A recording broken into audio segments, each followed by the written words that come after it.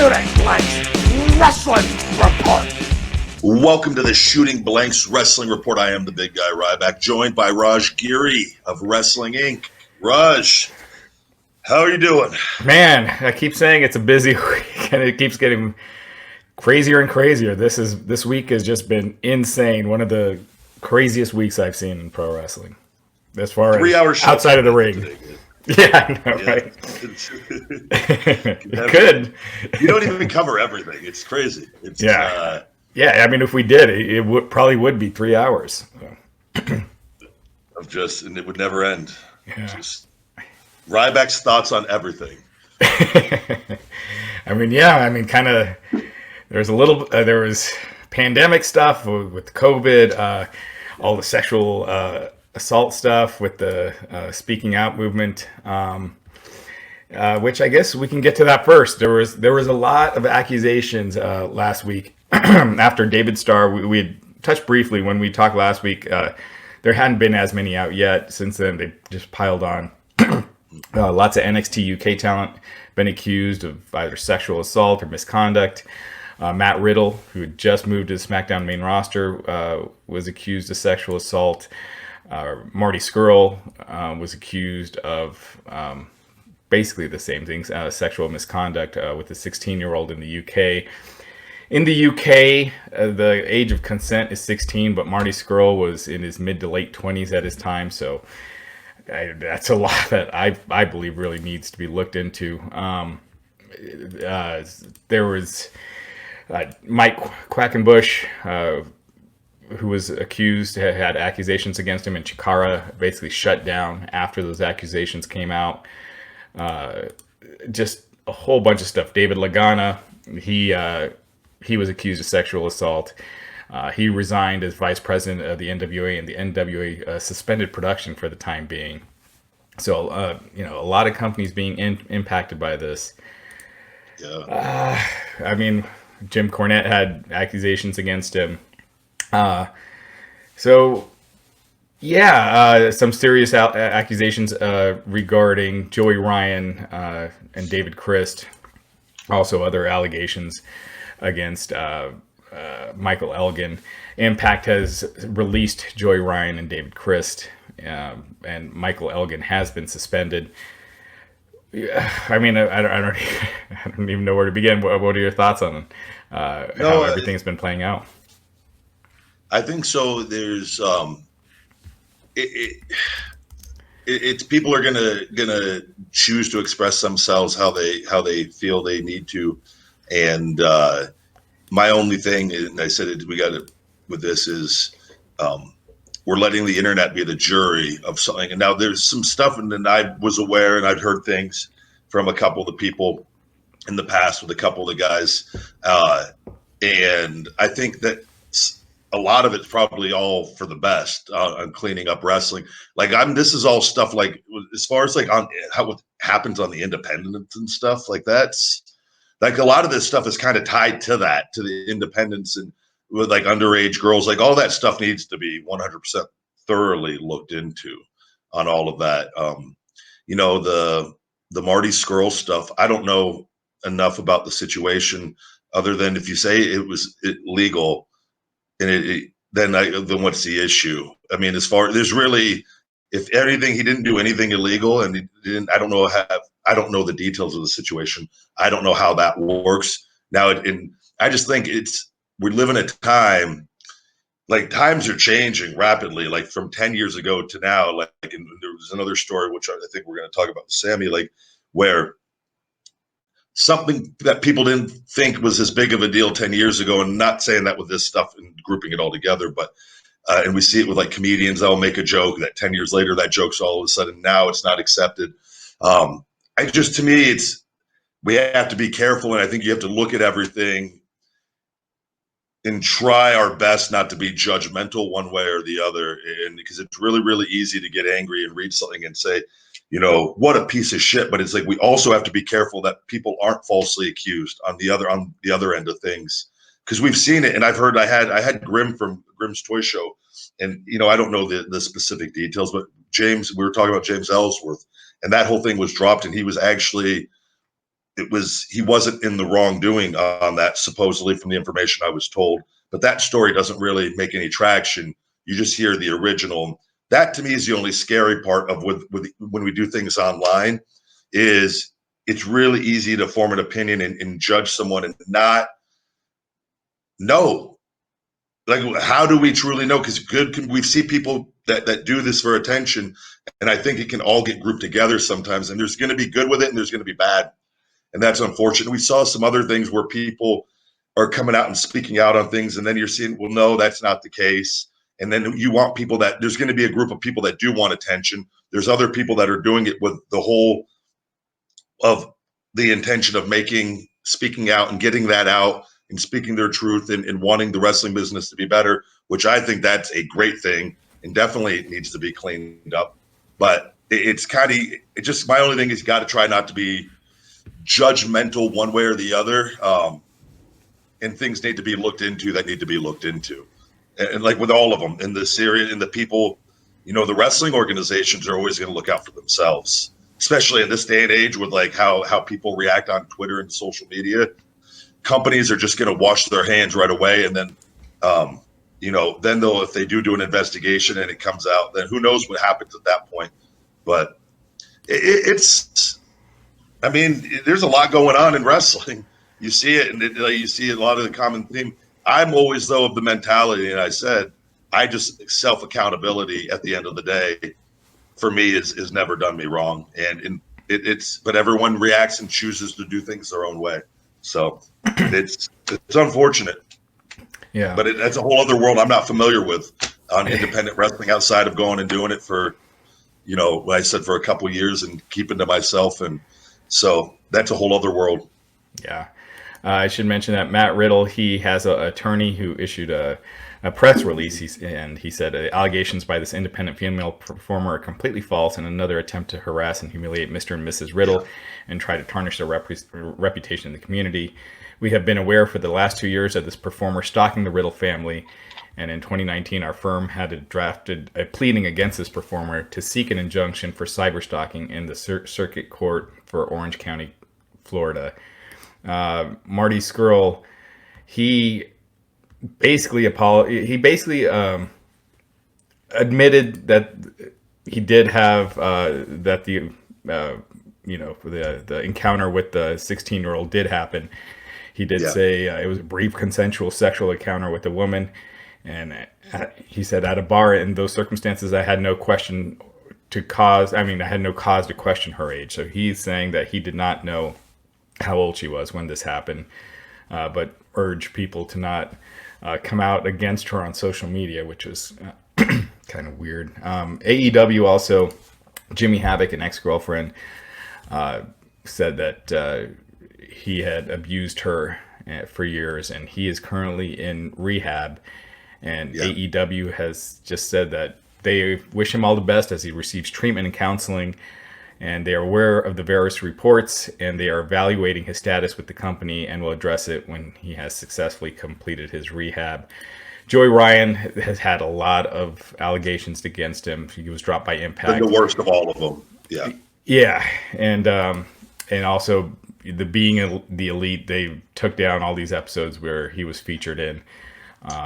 So I'm really surprised that Joey Ryan, like that, with so many stories out there, that none of them really got out sooner in public. But there it is.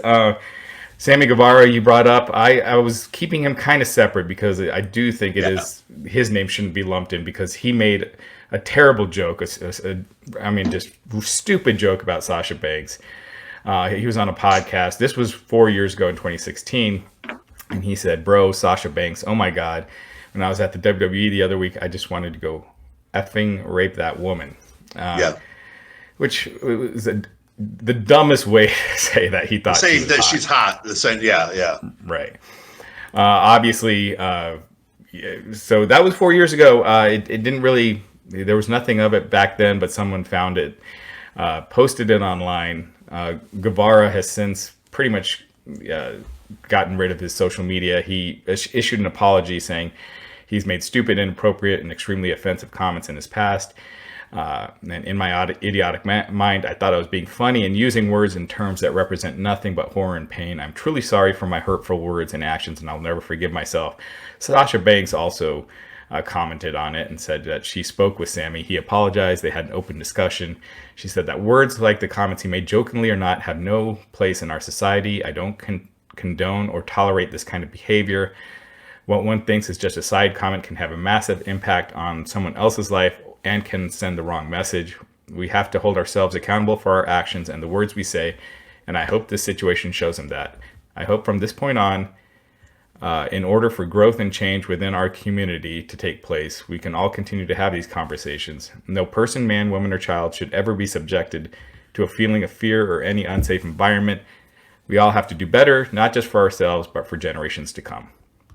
And AEW has since suspended Sami Guevara, and I believe his sorry, 1 second, let me pull that up here to pull up the charity.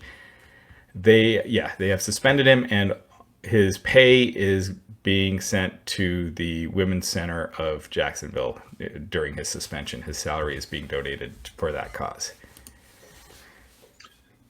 Yeah, that's a situation where, again, see, some fan, we live in a very scary time where everyone's polling and trying to grab anyone that's successful down. And this is a case of, I think, somebody going and polling something from an interview where he physically had done no wrong, done anything, but he made a horrible mistake at a young age. And but he just gave a stupid answer, essentially. And again, I try to look at it from both sides. We could acknowledge that that was not the correct way of saying that she's a good-looking woman or she's a beautiful woman. People, though, that phrase, I've heard that phrase used from before, and I've heard women use the phrase of vulgar phrases towards men jokingly when they see them, and it's all in the context of how you say it. I think anyone could watch that and say he's not really serious about going and raping her. He's just doing it in a comedic, or what he thought was a comedic way at the time. And then it got brought up during, and it got lumped in with everything going on, which it shouldn't, and so I feel like AEW, it's not my company. They just felt probably in a position that the quickest way to get fans off their back is to take action, whether we agree with it or not. And it's hard. And so they send him to the thing, they suspend his pay. And so then really, what is anyone's argument now? And ultimately it's a way for the company to protect itself. And it's a babyface way to handle the situation, to kind of just like, well, what's the issue? We're handling it. And well, what do you think we should fire this guy for something that he wasn't here? It just wasn't like he's on TV now. And when you're that age, a lot of guys, by the way, they don't have interview skills at that age. And in wrestling, that takes time in handling media and knowing you get in front of people. And so that's where I think fans have to be a little more, not saying you be lenient, you have to be more understanding, because fans will never understand this, of the pressure of when you go and do media or you go and do a podcast and you just have a conversation and you're in the moment, and sometimes you say things and you don't realize how it's going to be interpreted, let alone where you're going to be 4 or 5 years later, that you're going to be on TV and the world's going to be a much different place. I thought he handled it fantastic on his end, apologizing and talking to Sasha. And, it's just, that's one of those situations where, I'm glad it's not me on that, because I think it could be handled multiple different ways. It's not my way. That's the way as far as it's not my, I'm not going to tell them how to handle it. It doesn't involve me. So it sucks it got grouped into everything.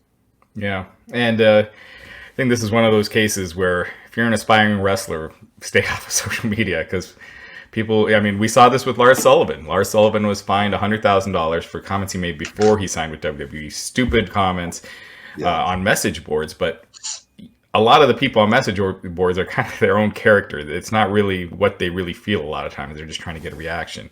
Mm-hmm. I'm not justifying what he wrote. I'm just saying we don't know if those are his real feelings or not. And you don't know unless you speak with him, because you have people that like to troll. So it's you got to be very careful because social media, this stuff is in ink, and so you post stupid stuff, it can come back to haunt you. Yeah, it's concerning though, Raj. The only thing is on some of this, and like I said, and this is the world we live in. Most people, like, I feel like you got to be careful the more successful you are, because you have people grabbing for you that want to see you fall, and not all of them. There's a lot of people that are just fans and want to see, they love you, but this is not in just wrestling. This is in all areas of life, and everything is intertwined in social media, and it's I don't know. It's just times are changing rapidly with all of this, and I don't. The Sami stuff, it's an unfortunate situation. It was the wrong choice of words, and I don't think anyone that watches that can look at it and see Sami saying that in a vicious manner or with ill intentions. It was just a young kid who answered that the wrong way, and I think people, again, doing our best not to be judgmental, because humans like to judge the fuck out of each other. We all do, and it doesn't serve us, good or bad. And I think Sami though handled that very well. Yeah. Also, this week, Impact announced that they have terminated Tessa Blanchard's contract and stripped her of the Impact World Championship. She was originally scheduled to defend the title at Slammiversary on July 18th against Eddie Edwards, Ace Austin, and Trey. And then it was going to be her first match since the COVID-19 era started. She had been in Mexico with her fiance Daga and had not been able to travel. Apparently, she was supposed to send promos from Mexico for a June episode of Impact, but she never sent them. And there were attempts to get her to return and drop the Impact World Championship, but they couldn't come to terms. So their relationship was not on the best of terms recently, and they have finally decided to strip her of the championship. This has nothing to do with the accusations against Tessa from earlier this year.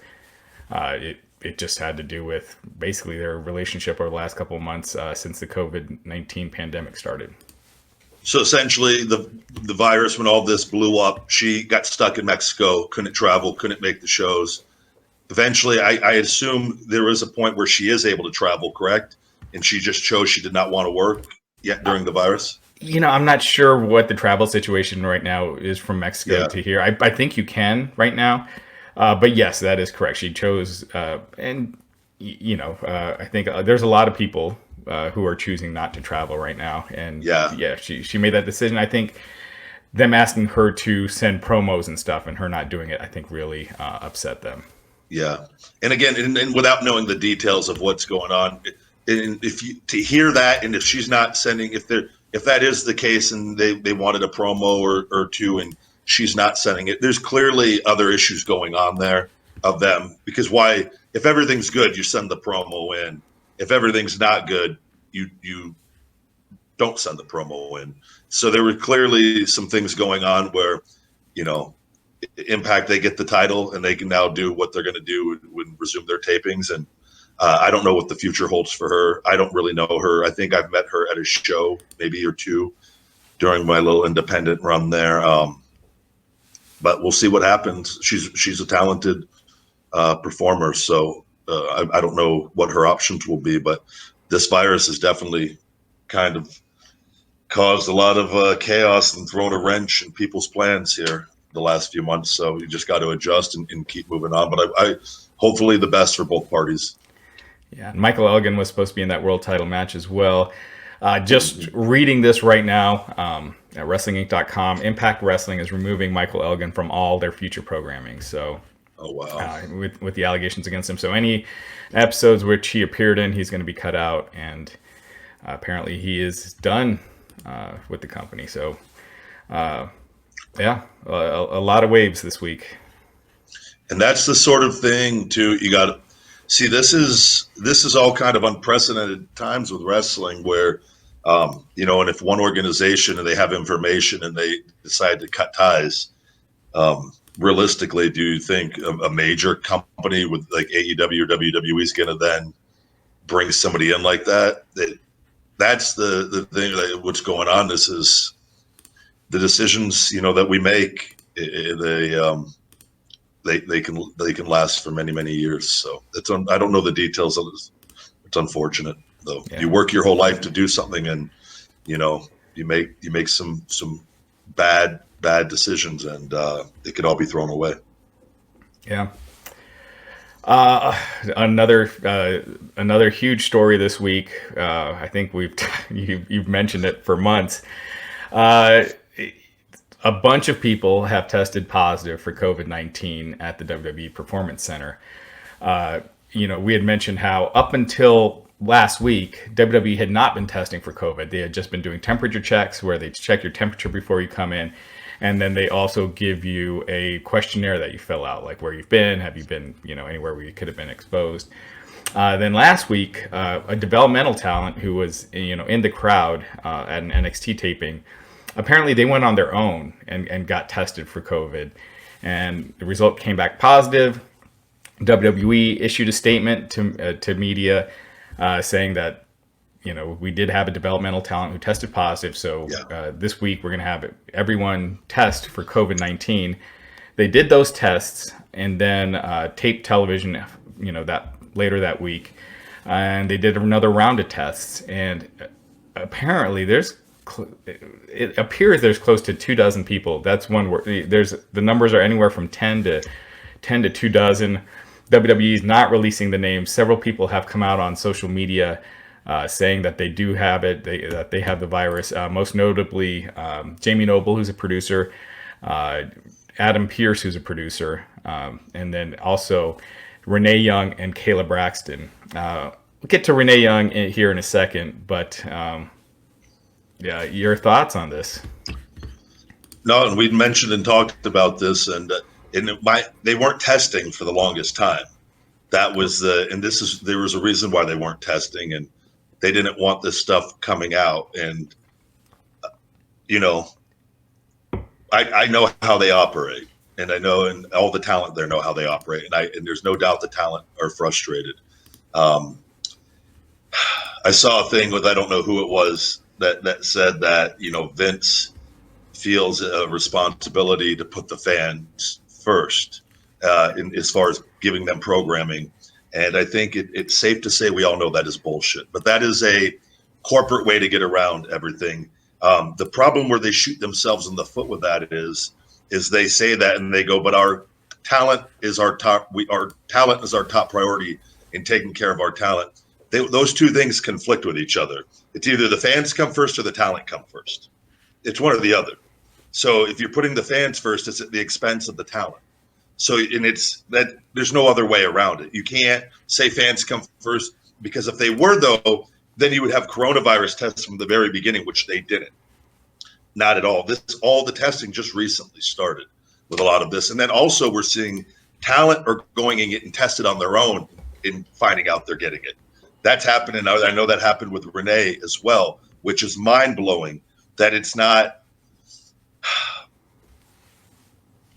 I just know how it operates, and none of this is a surprise to me. I truly feel for the talent with everything.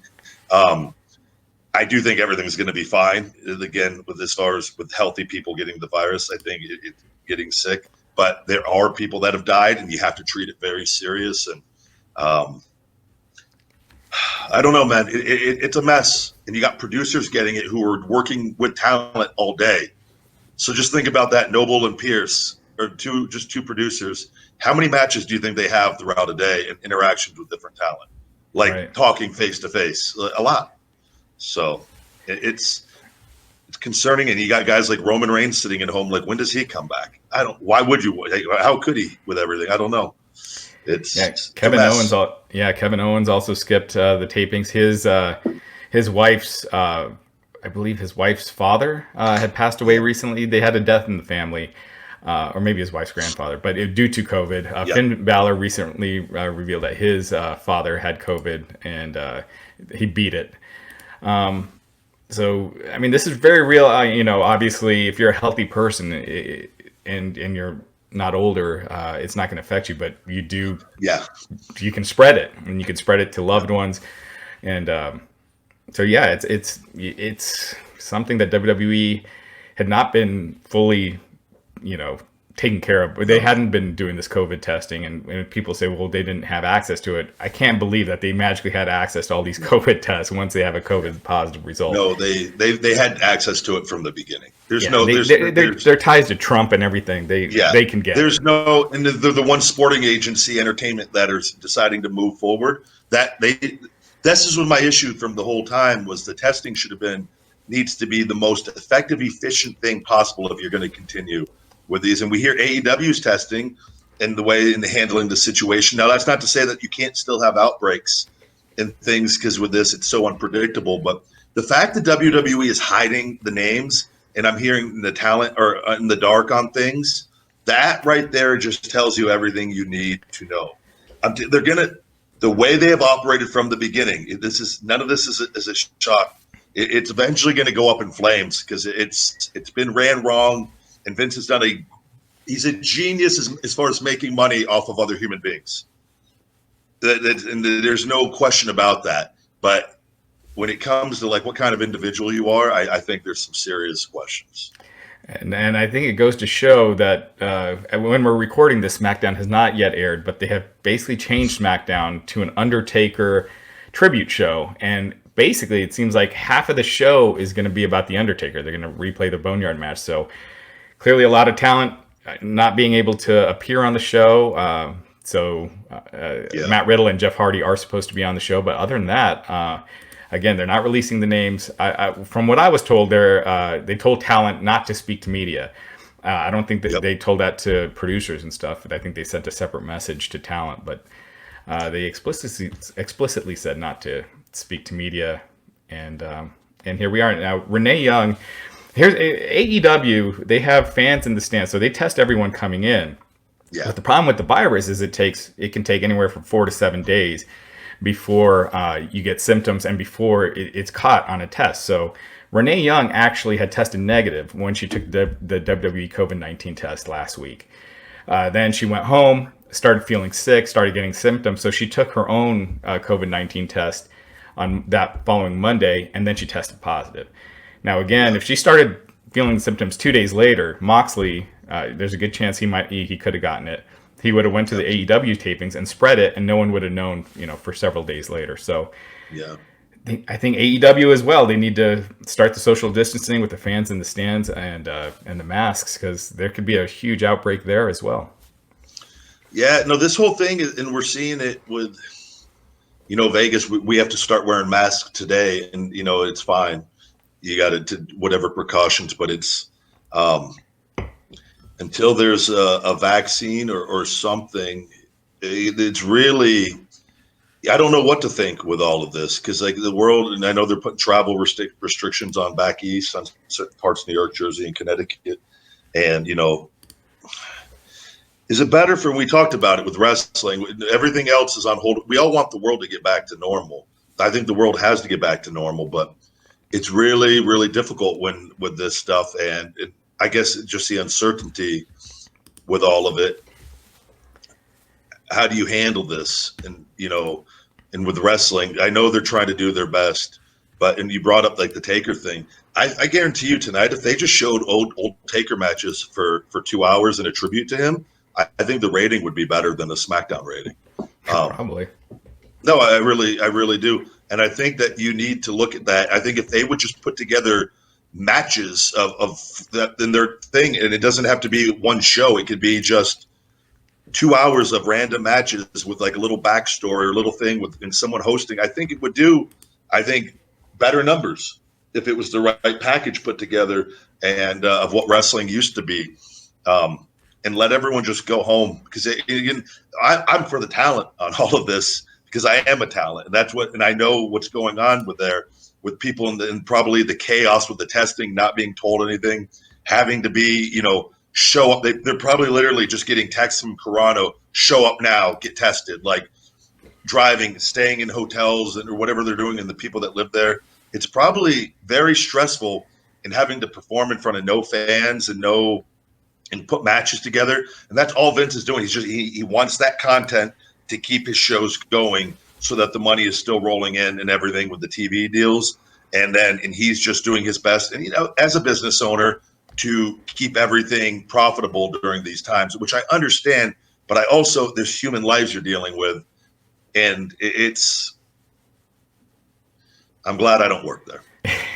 Well, it did come out this week that AEW, in their contract with TNT, they can pull the show, they can get out of the contract if AEW stops producing new content.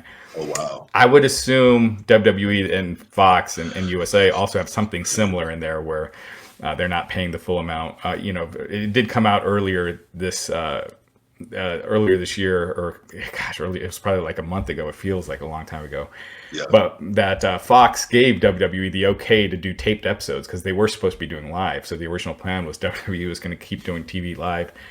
They got the okay that they can do taped episodes during the pandemic, but those TV contracts are what's keeping wrestling going, and it's a messy situation because you're putting talent's health at risk. But if you're not doing these shows, there's a good chance you could be in breach of contract. If they lose, in particular, I mean both promotions, but if WWE lost their TV deal with Fox or USA. Mm-hmm. And with that, the way everything in the ratings have dropped so low, they would be royally fucked. Yeah. And it would, from a stock perspective, it would drop rapidly because those TV deals are holding up all the other things that have already fucking caved in. That's a very dangerous thing for them. And AEW as well. And being new and putting all that money and expecting to be profitable sooner than they thought. But if they lose that TV deal, they're back to square one. That now you're just burning cash or whatever it is. I understand. It's a shit situation. And this, I think everyone wants it to go to normal. But what happens in wrestling if one of the performers does die? That's going to be a backlash that nobody wants to deal with. And that's going to be because then the entire world is going to look at that and the entire world's going to come crashing down on pro wrestling because that's everyone likes something to be angry over. That to me is a scary situation. Hopefully we never have to fucking talk about that and that never happens. But that is a risk with everything going on. And that is the game that they're playing with all of this, all promotions and stuff. But I try to understand both sides, and I get it. I know you want to put content out, and in wrestling, I want things to be back to normal, and it sucks, man. All the way around, it sucks. Yeah, we had mentioned Renee Young, so Jon Moxley was kept off of AEW this past week, and probably for the next couple of weeks. He's supposed to be facing Brian Cage on the second week of Fyter Fest. We'll see what happens there, but Moxley, because of his wife Renee Young's positive test result, did not go to the Impact tapings. Also, QT Marshall, he runs his wrestling school in Georgia. He was exposed to someone with COVID, so he didn't attend the tapings. And a lot of his trainees, who are usually in the stands, but there's also like Anna Jay and some of the other ones who have been used on television, they did not travel to the AEW tapings as well. So. Yeah. Coronavirus just really throwing a big dent into WWE and AEW's plans these last couple of weeks. But hopefully everyone stays safe. Everyone that has tested positive recovers, safely, and their friends and their loved ones are safe as well. Yeah, it's the key, catching it and quarantining them. But the thing is, having effective testing as best as possible. But if we're talking WWE with a number of like 24, when that's out of control already. So we'll have to wait and see what comes out. One thing also this past week, New York, Connecticut, and New Jersey, they're requiring people to that come in from any of the hotspot states, which would be Florida, to quarantine for 2 weeks. Connecticut is WWE's headquarters. So, if Vince wanted to fly in to Connecticut from Florida, he would have to quarantine. And I think they have measures in place to make sure you're following procedure. So it seems like the plan right now is to fly into Pennsylvania. They're doing everything they can to, skirt these mandates and laws. But to fly into Pennsylvania and then do the drive, it's like a 3-hour drive to Connecticut. It's crazy. And it's a risky game. I don't know, man. I just hope for the talent's sake everything is all right, and that's all. And I want wrestling to go back to normal as quickly as possible. But I'm curious too with the mask, Raj. What's the way around if masks are required in a lot of places now? Because I'd assume that's the next play is masks are going to be required everywhere. What's the requirement for performers wrestling? If you're supposed to be in a mask, wearing a mask, and how does that work? Yeah, so apparently WWE, they feel that they are exempt from the mask policy right now because the Performance Center is a privately owned facility, and so the mask ordinance does not apply in that facility since it's not public. So, with this outbreak, I'm sure, the Orlando officials will probably have to step in at some point because even though it's a privately owned facility, if you got 24 people catching it, it's a hot spot for the disease, for the virus. Yeah. What a mess. It's a mess. We talked about SmackDown being an Undertaker tribute. The last week, the final episode of The Last Ride aired. It talked about his Boneyard match with AJ Styles. It was actually AJ's idea to have the match with Taker. Taker had thought he was done after his Extreme Rules match where he teamed with Roman Reigns against Shane McMahon and Drew McIntyre. And it was a great match. Taker looked great, and he was like, that was a great way to go out. Styles wanted to wrestle him. And of all people, Michelle McCool, who throughout the series had been kind of, not happy about him always returning to wrestling, she was one of the ones that thought it would be a great idea for Taker to wrestle AJ. And Taker finally accepted. They were supposed to have a regular match. It wasn't supposed to be a Boneyard match, obviously, but then the coronavirus changed everything. But it was a very well-received match. And while they were filming, Taker got a call from his niece who said his brother had a heart attack. And Undertaker then asked, okay, what hospital is he in? And she told him, no, he died. So he talked about how it was just weird. And, he got very emotional. And he was talking about then going through filming the rest of the match where he got caskets and everything when he found out his brother just passed away. But, but Taker said that he's basically done with wrestling. He's retired. But the old, if Vince does need me, in case of emergency, pull out the Undertaker, he'll be there. But he doesn't see that happening. Yeah, I think that match leaving, it was such a great way to end it all. I will say, though, I have a feeling that, when things resume to normal and there's crowds again, he's going to want to go out with a crowd. And I think he's going to want, and then again, maybe I'm wrong. I don't know physically. He seems like he was, from things I saw, training, and he looks good, but obviously father time, and he's had major injuries, and hasn't wrestled a regular schedule for a very long time.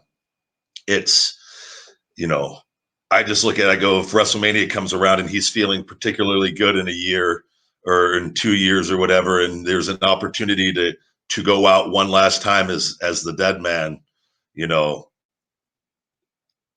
wrestling is the one thing where retirements are just, they're not really, people just say it. So, but I feel like in his case, you have to, at some point, and we saw it with some of the matches and not going, him not probably being particularly happy with them in some not favorable matchups to begin with. And that you end it with one like AJ like that. It was just a great way to go out from a career standpoint and looking at it and riding off into the sunset. There's no better way, but there's also just that with the adrenaline, it's really hard to say no to feel that rush one more time. And that's probably what he has left open. And I think we all know there's no way Vince is 100% going to need him again at some point. And, I think Taker performs until Vince dies. I mean, selfishly, I'd still like to see Taker and AJ in an actual match. I love the Boneyard match, but I think it would be cool to see Taker have that one last match in the ring, and someone like AJ, I'm sure they can tear it up still. And I'm sure there will be, next year's WrestleMania or something, if there's an opportunity for Undertaker to do something to go out on that, I wouldn't be shocked if it happens. Yeah. Now on Raw, they had taped this angle where Nia Jax attacked Charlotte, worked on her elbow. The reason for that is Charlotte is going to be taking a little time off. She said in a radio interview it's going to be a few weeks, and she's apparently having some elective surgery done. We had Ric Flair on the Wrestling podcast, and Ric Flair last week, and he was saying that Charlotte actually has some offers to do a TV series. And she has also fitness people wanting to work with her. So he's saying he wants her to take some time off to do those projects. And he said that he assumes she's going to do SummerSlam, but she hopes she goes, returns to the company, but then also can do the series. Yeah, and that's something that's important.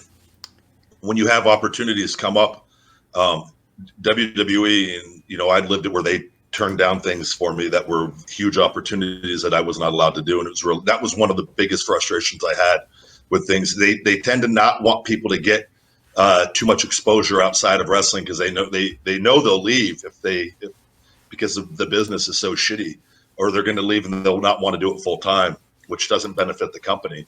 I think Charlotte definitely probably has opportunities, and I think she'd be very wise to explore those opportunities, take some much needed time off.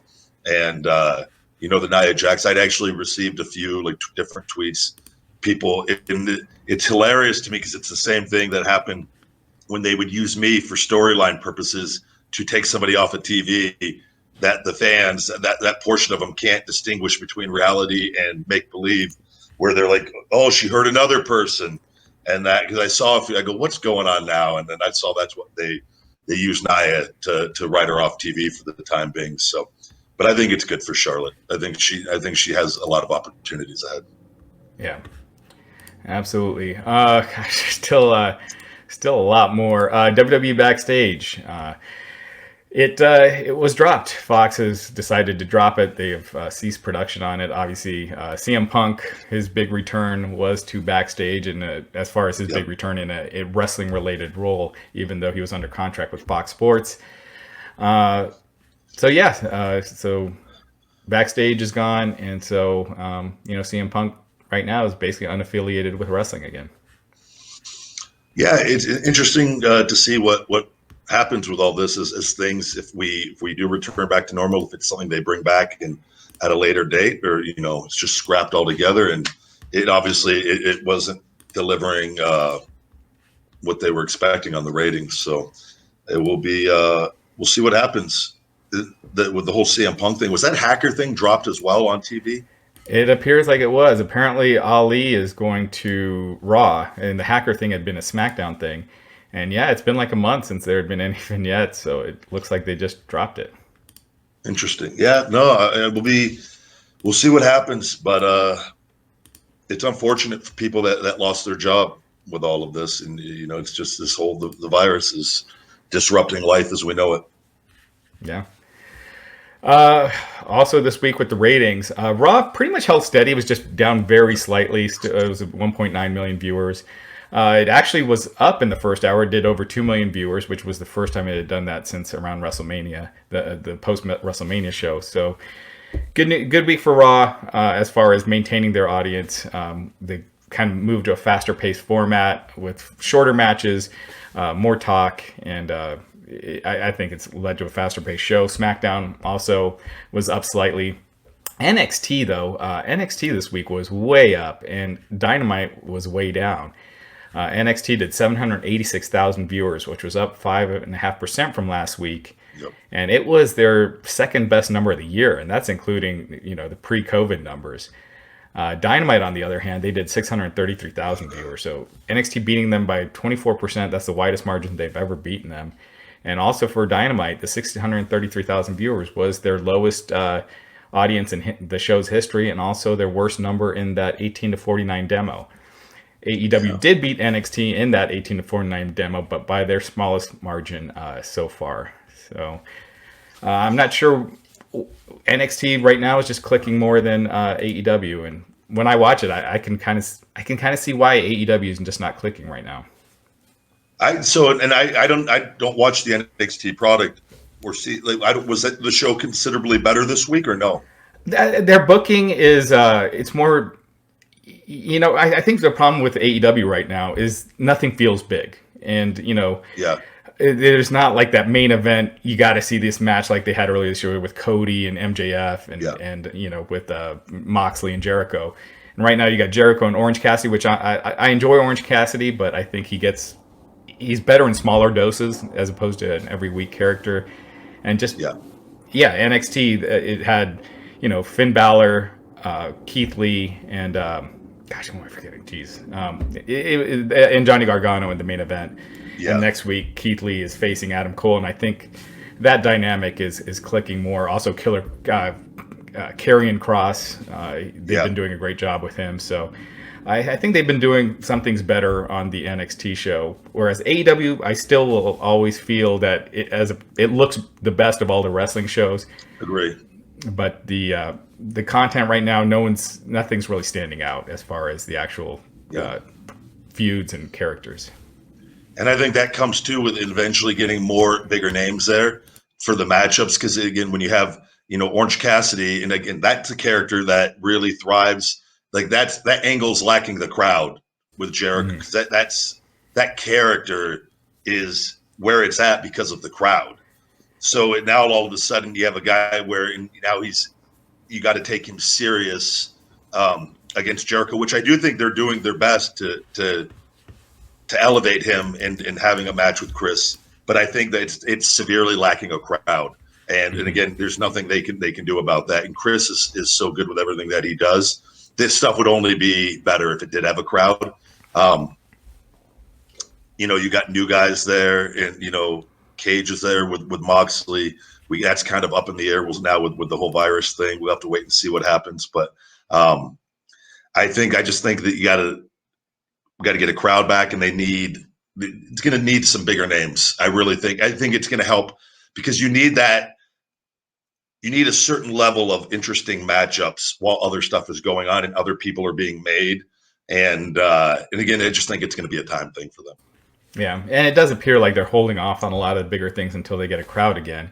Yeah. But with everything that's going on, with everything that's going on, it's like they might have to pay some of those off sooner than later, because who knows if they will have a crowd by August or September.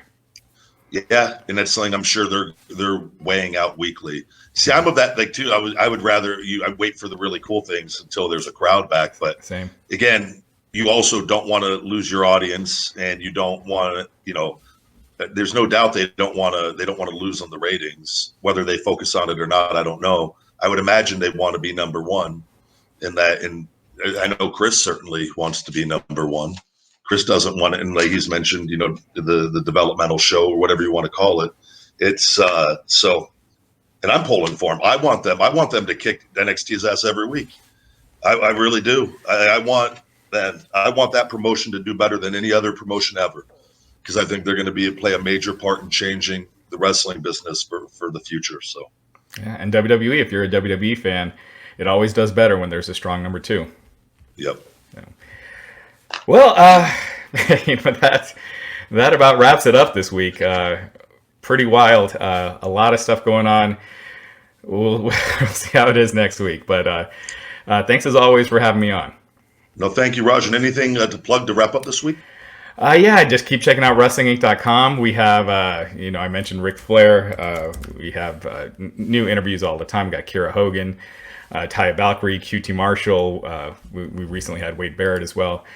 So keep checking out WrestlingInc.com, as well as all the latest wrestling news, and we appreciate it. Awesome. Thank you as always, Raj, and thank you guys. You've just listened to another episode of the Shooting Blanks Wrestling Report. Feed me more. Yo, thank you guys for watching Ryback TV. If you could check out my Shooting Blanks Wrestling Report every Monday on all podcast platforms, Conversation with the Big Guy Ryback every Thursday morning on all podcast platforms, and Feed Me More Nutrition, my personal supplement line, available on feedmemore.com and Amazon. Save 10% with discount code YouTube10 and save stupid. Why couldn't you? Almost had it. I almost had the whole video done in one take. New customers, you can save 20% with discount code NEWCUSTOMER on feedmemore.com. Get hungry, stay hungry, feed me more.